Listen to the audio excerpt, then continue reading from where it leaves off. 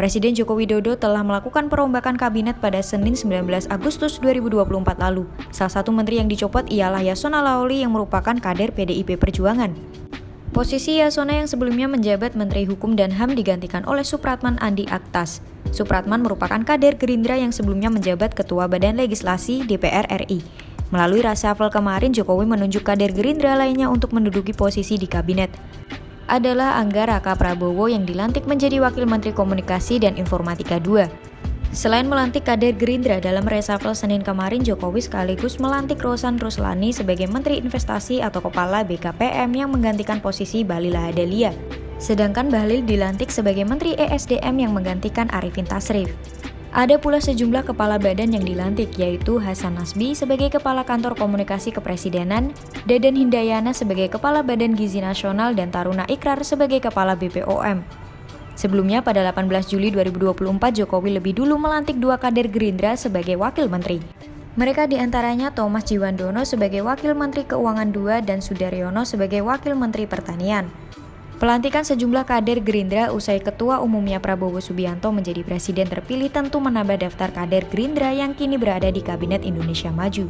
Sebaliknya, pencopotan Yasona sebagai Menkumham pada Senin 19 Agustus justru mengurangi kader PDIP yang kini duduk di Kabinet. Berikut daftar nama-nama menteri baik dari PDIP dan Gerindra usai Jokowi melakukan reshuffle pada Senin 19 Agustus lalu. Daftar Menteri PDIP: 1. Menteri Sekretaris Kabinet Pramono Anung. 2. Menteri Pendayagunaan Aparatur Negara dan Reformasi Birokrasi Answar Anas. 3. Menteri Sosial Tri Risma Harini. 4. Menteri Koperasi Teten Mas Duki. 5. Menteri Pemberdayaan Perempuan dan Perlindungan Anak I Gusti Ayu Bintang Darmawati. 6. Menteri Pekerjaan Umum dan Perumahan Rakyat Basuki Hadi Muljono. Daftar Menteri atau Wamen Gerindra: 1. Menteri Pertahanan Prabowo Subianto. 2. Menteri Hukum dan HAM Supratman Andi Aktas. 3. Wakil Menteri Keuangan II Thomas Jiwandono. 4. Wakil Menteri Pertanian Sudaryono. 5. Wakil Menteri Komunikasi dan Informatika Angga Raka Prabowo. Sebelumnya, reshuffle yang terbaru dilakukan Presiden Jokowi jadi sorotan oleh PDIP. Ketua DPP PDI Perjuangan Deddy Sitorus menilai perombakan kabinet atau reshuffle yang dilakukan Presiden Jokowi sebagai permainan politik kotor. Secara umum, saya melihat Presiden Jokowi sedang bermain politik kotor kekuasaan untuk mengamankan kepentingan dan posisi politik dinastinya, sebab tidak ada alasan etis, substansial, teknis, birokratis yang bisa menjelaskan reshuffle jelang 2 bulan lengser, kata Deddy dalam keterangannya. Menurutnya, Jokowi justru sedang mempersiapkan diri untuk melawan Prabowo selama 5 tahun ke depan. Selain itu, kata Deddy, penggantian Menkumham Yasona Lawli adalah murni agenda politik untuk meloloskan UU MD 3 guna mencapai 3 tujuan.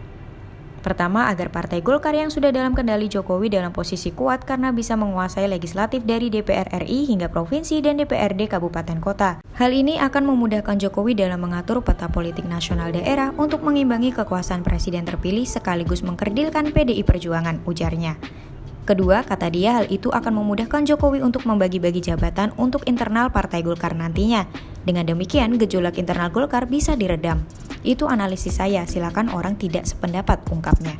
Ketiga, untuk melumpuhkan partai-partai politik yang akan melakukan kongres, munas, atau muktamar sebelum pilkada agar takluk dan manut dalam pilkada dan penyusunan personil pengurusan periode berikutnya.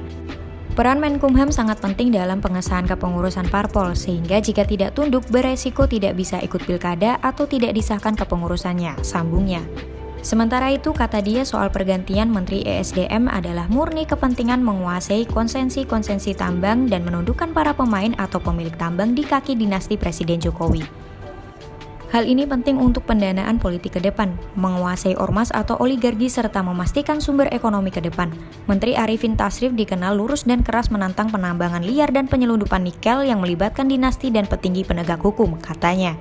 Untuk itu, menurutnya reshuffle yang dilakukan Jokowi saat ini untuk triangle political game. Kesimpulan saya, reshuffle ini adalah triangle political game, menghadapi Prabowo, melumpuhkan PDIP, dan menguasai sumber pendanaan politik. Alasan lainnya menurut saya tak lebih dari omong kosong, pungkasnya.